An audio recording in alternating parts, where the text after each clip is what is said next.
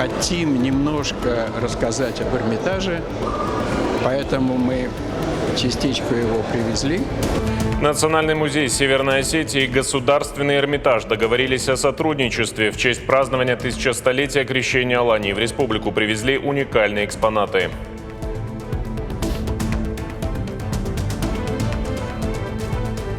Очень отрадно находиться в этот день в таком месте. Десятки православных верующих Северной Осетии, представители епархии и делегации из разных стран. В Свято-Георгиевском соборе Владикавказа состоялась божественная литургия.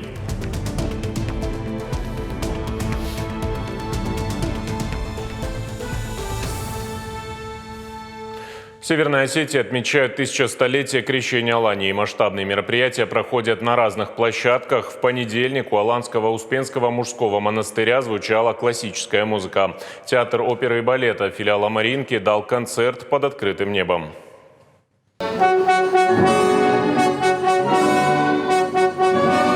Зрители, как и музыканты, пристально следят за каждым движением дирижера Николая Ханзинского. На площадке у Аланского Успенского мужского монастыря сотни человек. Вот так, на высоте 1300 метров над уровнем моря, впервые звучат уникальные произведения. Духовные кантаты Иоанн Дамаскин Танеева и Александр Невский Прокофьева.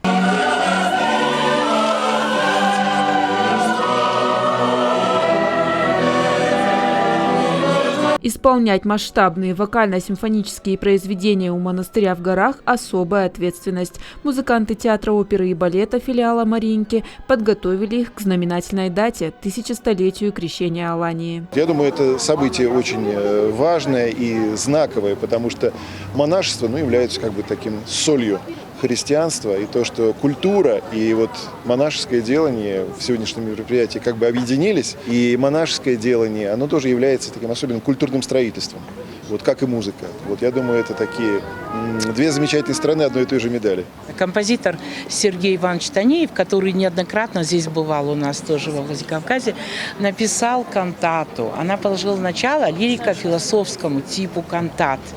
И я должна сказать, что впервые мы ее исполняем во Владикавказе. Это очень сложное произведение, но мне кажется, на тему сегодняшнего дня как нельзя лучше отвечает. Кантату Сергея Прокофьева Александр Невский исполнили полностью. Произведение состоит из 7 частей. В одной из них под названием «Мертвое поле» впервые солировала Вера Цхурбаева. В исполнении достаточно сложное оно, потому что исполнять Прокофьева, конечно, может не каждый солист. Это должен быть определенный какой-то опыт. Конечно, у меня есть творческое волнение. Прежде всего, я хочу передать образ и донести его людям. И чтобы люди о чем-то задумались после моего исполнения. Солистам удалось передать атмосферу духовности и единения с верой. Жители и гости республики остались под большим впечатлением. Это всех нас настраивает на невероятно возвышенный духовный лад. Послушать такую музыку у стен Свято-Успенского мужского монастыря в святых местах Осетии – это по-настоящему ценно. Это очень необычно в таком месте услышать столько духовную музыку. Это было просто неожиданно и очень приятно. Мероприятия для души не так часто бывают, поэтому это, конечно, оставляет большое впечатление в душе. Произведение в честь христианских святых в одной из самых почитаемых обителей республики. Символичное и блестящее исполнение. Лидия Захилова, Игорь Войцеховский. Специально для программы «В итоге». Историческое событие для православных осетин. Теперь Священное Писание можно прочитать на родном языке. За почти четверть века целая группа специалистов проделала огромную и такую важную работу, значимость которой переоценить невозможно. Переводчики приложили все силы, чтобы успеть к 1000-летию крещения Алании. Торжественную презентацию посетил председатель правительства Борис Джанаев и епископ Владикавказский и Аланский Герасим. Слово моей коллеге Сабине Гатаговой.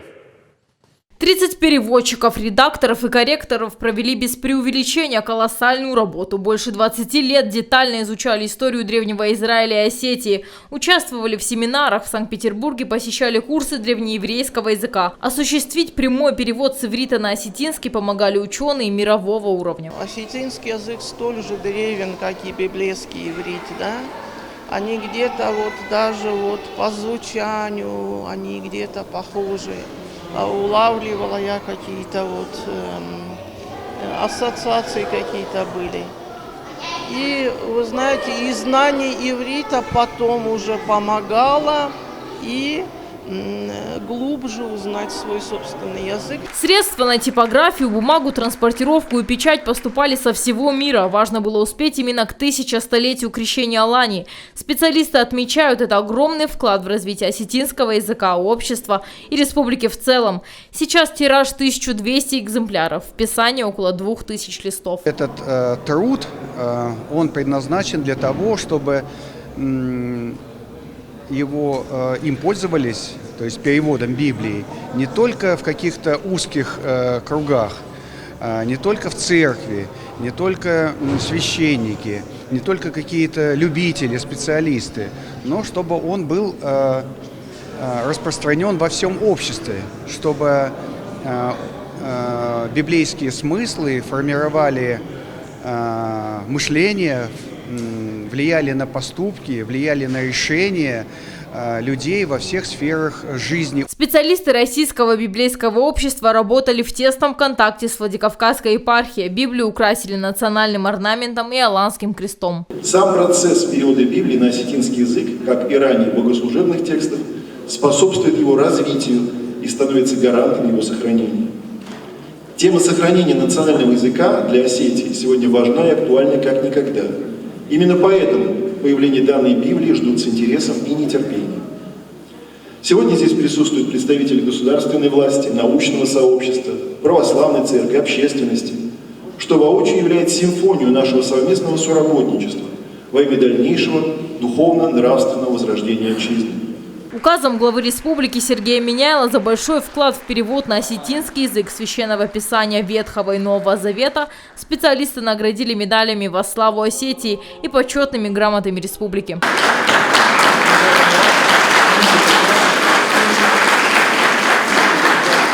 Благодарить всех, кто принял участие в масштабной работе за реализацию этой непростой задачи. Уверен, что новое издание Библии станет для верующих источником духовной помощи и благодати. Это историческое событие для православных осетин со всего мира. Перевод получил высокую оценку специалистов. Сабина Гадагова, Алана Бзыкова. Специально для программы «В итоге». В этот же день на площади Свободы во Владикавказе состоялся совместный концерт хора Валамского монастыря и хора национальной песни филиала Мариинского театра. В программе духовные песнопения и лирические произведения. А первыми на сцену вышли звонари, которые в эти дни проводили мастер-классы по колокольному звону для жителей и гостей республики. Ехали поздравить Осетию с 1000-столетием крещения, привезли звонарскую программу, будем звонить звоны в разных традициях, в московской, в ростовской и в других. Ну, немножко познакомить жителей и гостей Владикавказа с традиционными православными колокольными звонами. Я узнал о концерте через интернет, естественно. Интересно стало, тем более, так как я учусь на актерском, у меня сейчас задание профнавык называется, и мне надо именно показать звонаря, и как бы это, как сказать, опыт такой. В Северную Осетию приезжают гости и делегации со всех уголков страны. Презентации, мастер-классы, концерты и фестивали. Программа насыщенная и разнообразная. В среду в художественном музее имени Махарбека Туганова открыли выставку «Преображение». Материал Валерии Кузаевой. Скорбящий ангел как символ веры целого народа. Без преувеличения, культовая работа одного из самых известных осетинских мастеров Сосланбека Едзиева сегодня особенно актуальна. А рядом скульптуры Людмилы Караевой, его преемницы и большой поклонницы. Два скульптора, два поколения, один язык искусства, на котором говорят сквозь века. Людмила Караева родилась в Карман-Синдикау и в раннем возрасте очень любила ходить на кладбище, где она впервые увидела знаменитые камни Сосланбека Едзиева. Камни, конечно, поразили ребенка. И вот, видимо, вот тогда-то родилась мысль или родился в ней скульптор. Гипс, камень, бронза, дерево и даже бумага. Людмиле Караевой подвластны любые материалы. Кроме скульптуры, на выставке мастер представила и коллажи. В этих работах член-корреспондент Российской академии художеств отразила свой путь к творческой свободе и истинной вере. Я была всегда в поисках духа, Бога. И вот этот вот весь мой период, он как раз вот направлен на вот это вот становление меня. И что касается вот этой выставки, она как бы собрала и подытожила весь мой вот этот вот именно путь. На открытии десятки людей разного возраста и профессий. Каждый посетитель чувствует и проживает эти истории по-своему. Но всех объединяет вера, которая спустя годы является путеводной звездой для православного народа. Эта выставка удивительная. Вызывает такие чувства, о которых человек даже вот не задумывается. Вы только представьте себе, наши предки восприняли слово Христа. И это было важно для них и 1100 лет назад. И это важно и для нас. Потому что это слово несет нам доброту, свет, милосердие и любовь. Выставку приурочили к празднованию 1100-летия крещения Алании. Поздравить скульптора и увидеть уникальные работы приехали гости из разных уголков страны. В такие моменты особенно ярко чувствуются. Только вера способна так объединить людей. Скульптура Богородицы, пожалуй, главная на выставке Людмилы Караевой. Она выполнена из дерева. В центре изображен маленький Иисус с нимбом над головой. В этой работе много идей и тем, но главное, как и всей выставке, любовь и вера. Валерия Кузаева, Алан Суанов. Специально для программы «В итоге». 21 сентября православные верующие отметили Рождество Пресвятой Богородицы, один из самых почитаемых церковных праздников. Во всех храмах республики прошли богослужения, а традиционный крестный ход возглавил епископ Владикавказский и Аланский Герасим. В рамках празднования 1100-летия крещения Алании организовали фестиваль «Колокольный звон». Попробовать свои силы мог любой желающий. Лидия Цахилова с подробностями. Православные верующие отмечают престольный праздник Рождество Пресвятой Богородицы. Службы прошли во всех храмах, а после традиционный крестный ход. Его возглавил епископ Владикавказский и Аланский Герасим. Господу помолимся всем. Прихожане собрались в колокольне храма. У них есть уникальная возможность обучиться азам древнего искусства. Мастер-класс проводит руководитель Московской школы звонарей диакон Алексей Пугачев. Управляем правой рукой, и вот их по очереди перебираем. И через несколько минут диакон и прихожанка уже показали синхронное исполнение. Для Марии Паракториди это первый опыт. Признается, немного волновалась, но осталась довольна. Но всегда хотела научиться играть на колоколах. Колокола – это язык церкви. Этот язык хотелось бы изучить, что я сейчас и делаю. Мастер-класс от одного из лучших звонарей страны – часть фестиваля колокольных звонов. Его приурочили к празднованию 1100-летия крещения Алании. Мастер-класс, прежде всего, даем для обычных людей, которые, может быть, и никогда не поднимались на колокольню, а сейчас у них такая есть возможность. Потому что в традиции церкви обычно на пасхальной неделе разрешается всем подниматься на колокольню. Ну и сегодня тоже такой шанс предоставляется всем желающим.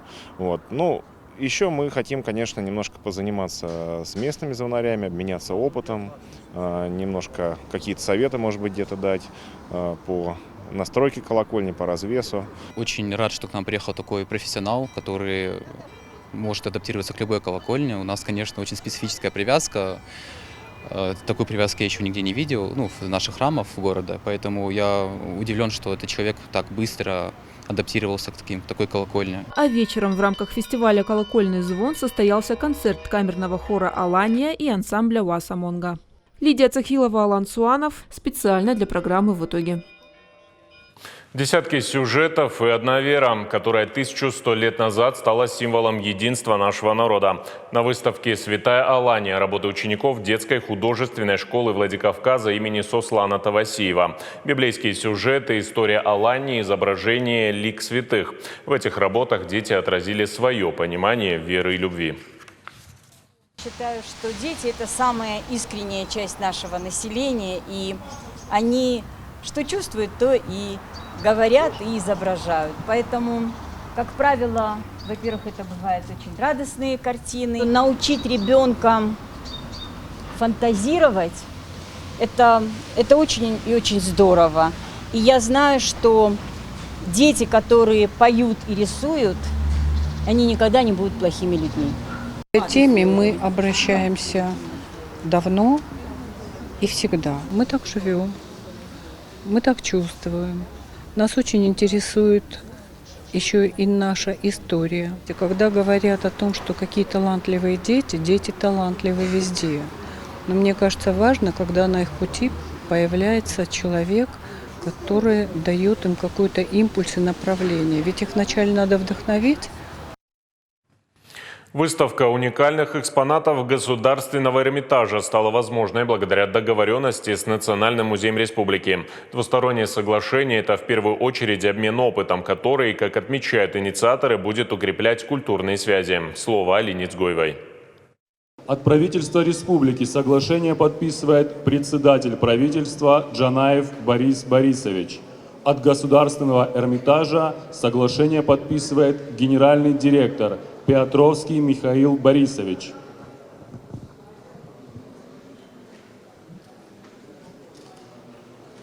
Соглашение подписано. Соглашение о сотрудничестве в символичную для региона дату события, после которого начинается новый этап развития культуры, обменные выставки, экспозиции народов мира, работа над сложнейшими проектами, реставрация крупных объектов. Все это будет совсем скоро. Дни Эрмитажа – такая матрица, по которой мы дальше будем работать и основываясь на этом соглашении. Это обмены музейные вещи, это совместное изучение, совместная реставрация, это мастер-классы реставраторские. Коллег там и здесь. Это виртуальная реальность, это совместные фильмы. То есть мы вместе будем, объединяя наш опыт. Богатая коллекция Эрмитажа не раз была гостем в музеях Европы и Азии, а то, что есть в музее Алании, представляет высокую ценность для всего христианского мира. Так что делиться есть чем, и прежде всего опытом. Об этом уже говорил и Борис Джанаев. Возможность познакомить каждого из нас с сокровищами государственного Эрмитажа. Они представляют особую значимость для истории и культуры Осетии. Мы высоко ценим дружбу с одним из крупнейших музеев России. Уверен, соглашение о сотрудничестве между нашей республикой и Государственным Эрмитажем, которое мы планируем подписать, откроет новые перспективы. Межмузейное сотрудничество укрепит и связи с научным сообществом, поможет пролить свет на те события древности, которые без современных технологий могут остаться нерешенными загадками истории, и те процессы, что происходили в период принятия христианства в государстве Алании, поэтапно расскажет предстоящая выставка в Эрмитаже. Экспозицию о Баланском царствовании покажут в декабре. Конечно, для нас это значит очень много. Это подчеркивает, что у нас есть колоссальная база, на которой мы сейчас стоим. То есть мы стоим сейчас на плечах тех гигантов, которые когда-то совершили подвиг перевода Священного Писания, богослужения на аланский язык, который стал понятен аланскому народу, и аланская держава стала действительно великой. Для меня это важно. Я не один раз говорю, что христианский аланский народ – народ великий. Несмотря на то, что сейчас Осетия кажется таким маленьким участочком небольшим на карте Великой России, но на самом деле вклад, который внесла православная Алания в сокровищницу мировой культуры, совсем несопоставим с ее нынешними территориальными размерами. Постоянная коммуникация с новыми коллегами дает возможность держать руку на пульсе, общаться с экспертами мирового уровня, просить у них помощи или совета. Двустороннее соглашение, кроме больших перспектив, дало старт выставке «Дни Эрмитажа». На уникальные экспонаты пришли посмотреть десятки человек. Алина Цгоева, Лансуанов, Ибрагим Чочиев. Специально для программы «В итоге». В рамках выставки «Дни Эрмитажа» жители и гости Северной Осетии могут прослушать лекции об аланах и византийских древностях. А еще крупнейший музей страны привез в республику несколько уникальных экспонатов. Некоторым из них больше 2000 лет. Мероприятие приурочили к празднованию 1100-летия крещения Алании. Наш корреспондент Анна Голобаева продолжит тему. Для тех, кто никогда не был или давно не посещал Эрмитаж, выделили отдельную площадку, где с помощью VR-шлема любой желающий может познакомиться с историей античного искусства. Например, увидеть мраморные саркофаги и собрания римского портрета. Прогуливаться по виртуальному залу можно при помощи манипулятора, а еще зритель может приблизиться к экспозиции и прослушать информацию о времени истории его создания. Это уникальная возможность почувствовать себя посетителем музея. Виртуальный Эрмитаж посетили десятки человек. Здесь уже с любых ракурсов можно рассмотреть, можно даже как бы в переносном смысле взлететь, сверху посмотреть на все это, более подробно все рассмотреть. Это все очень интересно на самом деле, правда, складывается ощущение, что человек сам находится прямо вот в Эрмитаже. Всего из Эрмитажа привезли 5 экспонатов. Каждый уникален по-своему и относится к разным эпохам. Например, чаша с межстеклянным золочением 3-2 веков до нашей эры. Ее создали в Александрии и выполнили в особой технике. Между стеклами в 3 яруса помещался орнамент из тонкого золотого листка. Кстати, чашу нашли недалеко от Моздока. Мы хотим немножко рассказать об Эрмитаже, поэтому мы частичку его привезли. Вот, представим, а помимо всего прочего, весь наш вот тот коллектив, который здесь, мы постараемся, чтобы познакомить и с сегодняшним музеем, и с нашими традициями. А этот серебряный кубок изготовили в Иране в VI-VII веках уже нашей эры. На нем изображены позолоченные медальоны с пальметами, которые символизируют древо жизни. А по сторонам куропатки и козероги – благожелательные символы зороастрийских и персидских божеств. Изделия в XIX веке нашли жители селения Дагом. Крест происходит из святилища Реком. Это процессионный крест, у него есть отверстие внизу, которым он крепился к деревянному древку и использовался во время богослужения. Кресты такого типа очень были распространены в домонгольский период 11-12 веков на всем Северном Кавказе. Печать Гавриила, экс-усиократора Алании, и Иоанна, митрополита Алании, впервые представили на временной выставке. Обе датируются XI веком. Их считали высшими знаками византийской аристократии. Все экспонаты – хрестоматийные вещи, реликвии Аланского царства. Очень насыщенная, очень интересная программа. Я думаю, что, посетив эту выставку, все будут представлять себе, что же такое огромный Эрмитаж. А еще жители и гости республики прослушали лекции об Аланах и византийских древностях. Выставку «Дни Эрмитажа» можно посетить до 27 сентября. Анна Голобаева, Хетек Гапоев. Специально для программы «В итоге». К 1100-летию крещения Алании Ольга Кирина подготовила поистине уникальную экспозицию. Ее иконы выполнены в рельефно-прорезной бересте. Это сложная и старинная техника. Работы мастера известны далеко за пределами страны. Посмотреть выставку можно в Национальной библиотеке. Организаторы приготовили много всего интересного, например, картина художника Вадима Каджаева. Он изобразил царей Алании на разных этапах нашей истории. Моя коллега Лина Цгоева расскажет подробнее. Уникальный стиль, который в попытке разгадать можно только сильнее запутаться в догадках, как из простого листа бересты получается целый ансамбль цветов и орнамента. Выставка «Святые праведные воины» как отражение личного отношения к древнему искусству. Полузабытую технику исполнения икон возрождает Ольга Кирина. Автор экспозиции представила больше 50 своих лучших работ. Техника называется рельефно-прорезная береста, то есть рельеф, то, что создает сам образ, как бы получается объемным, ну и прорезная, то, что все она резная состоит и украшена камнями. Делается все абсолютно вручную, делают нас 2 человека, я и мой супруг. Мужчина делает самую чисто мужскую работу, то есть он делает оклады, я наполняю все, что внутри, это делаю я. Именно эта масштабная выставка древнего искусства не раз становилась центром притяжения православных не только в России. Работу Ольги Кириной видели во Франции, Японии и на Кипре. К большой дате 1100-летия крещения Алании она не раз меняла состав экспозиции. Увидите результат большой подготовки автора пришли студенты, будущие художники. Для того, чтобы была какая-то преемственность в ремесле, в передаче ремесла, для этого, конечно же, нужно знать и молодым художникам, те, которые обучаются в художественном училище, те, которые будут связывать свою жизнь именно вот с подобного рода деятельностью. Я думаю, что для них это очень важно – встретиться с авторами для того, чтобы понимать, как выстраиваются технологии изготовления вот подобного рода икон, подобного рода произведений. Помимо выставки святых праведных воинов, в Национальной научной библиотеке показали и работы молодого художника Вадима Каджаева, его образы царя Алании на разных исторических этапах. То, что до этого момента почти никто не делал. 5 уникальных портретов аланских правителей, которые не увидишь ни в одном музее мира, он написал именно в преддверии большого праздника. В истории осетинского искусства очень мало эта тема была задействована, очень мало по ней было сделано. Вот несколько художников только какие-то сделали попытки в этом направлении. Мне показалось, что вот сейчас как раз то время, когда нужно заняться именно этой серией. Выставки будут доступны до конца недели. Посмотреть на уникальные работы могут все желающие. Авторы, в свою очередь, говорят сделать все, чтобы в ближайшее время их работы в республике увидели на нескольких площадках сразу. Алина Цгоева, Давид Битиев. Специально для программы «В итоге».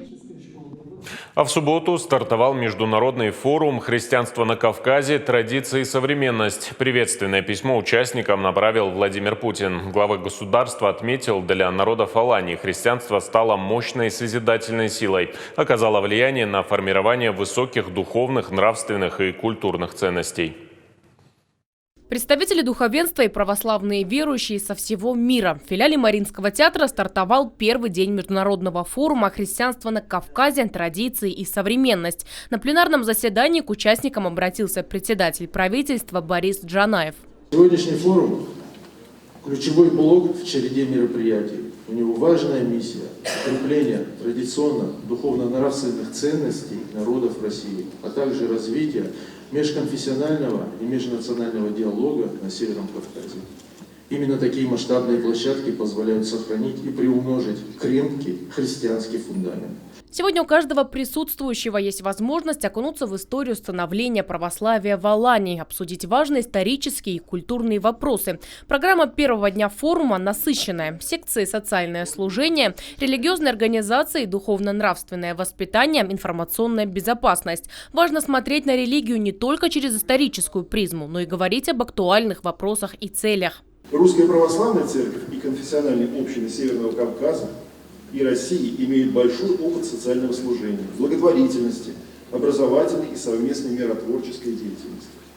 Необходимо, учитывая этот опыт, развивать новые формы взаимодействия, отвечающие вызовам современного мира. Мы должны со всей ясностью показать, что религия не является фактором дезинтеграции и противостояния. Стабильность и спокойствие немыслимы без взаимного уважения религиозных и культурных устоев жизни друг друга. Форум проводят в рамках 1000-столетия крещения Алании. Разделить важную для всего православного мира дату в Северную Осетию прибыли делегации, представители епархий и общественных организаций со всей страны. А еще гости из Армении, Сербии, Сирии и других государств. Организация «Христианский мир» всегда приглашает нас на такие мероприятия, и мы с удовольствием в них участвуем. Для нас очень важно, чтобы все религиозные конфессии жили в мире, и в этом вопросе в России мы всегда находим единомышленников. Мы приехали из Сирии. Очень рады и горды, что нас пригласили принять участие в этой важной конференции. Сегодня мы говорим о вере и мире. Это очень ценные темы для нас и наших братьев из России. У нас очень хорошо налажены отношения, и это повод для гордости. Доктора наук, профессоры и исследователи ведущих вузов страны представили свои работы на тему православия. Главная идея и общий посыл – укрепление связей, духовная целостность и стабильность государства. Форум продлится 2 дня. Организаторы – Союз «Христианский мир», Федеральное агентство по делам национальности России и Северо-Осетинский государственный университет. Валерия Кузаева, Алан Суанов. Специально для программы «В итоге». Сейчас небольшая реклама, после продолжим выпуск. Мы продолжаем специальный выпуск, посвященный празднованию 1000-столетия крещения Алании. В важную историческую дату к жителям республики обратилась руководитель Федерального агентства по туризму Зарина Догузова. Мне, осетинке, очень приятно, что в этом году по решению президента празднование 1000-столетия крещения Алании стало одним из значимых культурных событий. Это важная страница в истории не только Осетии, но и всего христианского мира и всей нашей многонациональной страны, в которой переплетаются традиции, конфессии и языки сотен народов. В этом уникальность, единство и сила России. А один из лучших способов познакомиться с разнообразием культур, многовековой историей нашей страны – это путешествовать по ней. И сегодня Осетия по-новому открывается как популярное туристическое направление с огромным потенциалом. Горные монастыри, старинные родовые башни, историческая архитектура Владикавказа и, конечно же, невероятная по красоте природа. Я поздравляю осетин с празднованием важной исторической даты. Главным мероприятием тысячелетия крещения Алании сегодня стала божественная литургия в Свято-Георгиевском соборе Владикавказа. К исторической дате храм отреставрировали. На службе десятки верующих не только из Северной Осетии. Моя коллега Валерия Кузаева продолжит тему. С самого утра в храме сотни людей. Даже погода сегодня благоволит торжественной дате. Православные верующие продолжают отмечать тысячелетие крещения Алании. Божественная литургия проходит в Свято-Георгиевском соборе. Величественный храм с 5 куполами и шатровой колокольней является памятником архитектуры Республики Северная Осетия Алания. Совсем недавно его открыли после реконструкции. Венецианская отделка, росписи и величественная люстра со множеством свечей и лампад. Для многих прихожан это первая служба в обновленном храме. Божественную литургию возглавил епископ Владикавказский и Аланский Герасим. Господа нашего Иисуса Христа, и любви Бога и Отца, и причастие Святаго Духа. Сегодня Свято-Георгиевский собор – символ единения народов. В его стенах собрались жители не только Северной Осетии. Разделить важную для всего православного мира дату прибыли делегации, представители епархий и общественных организаций из Армении, Сербии, Сирии и других стран. Служба сама по себе является достаточно важным событием, поскольку там будет происходить вручение иконы представителями Сирии.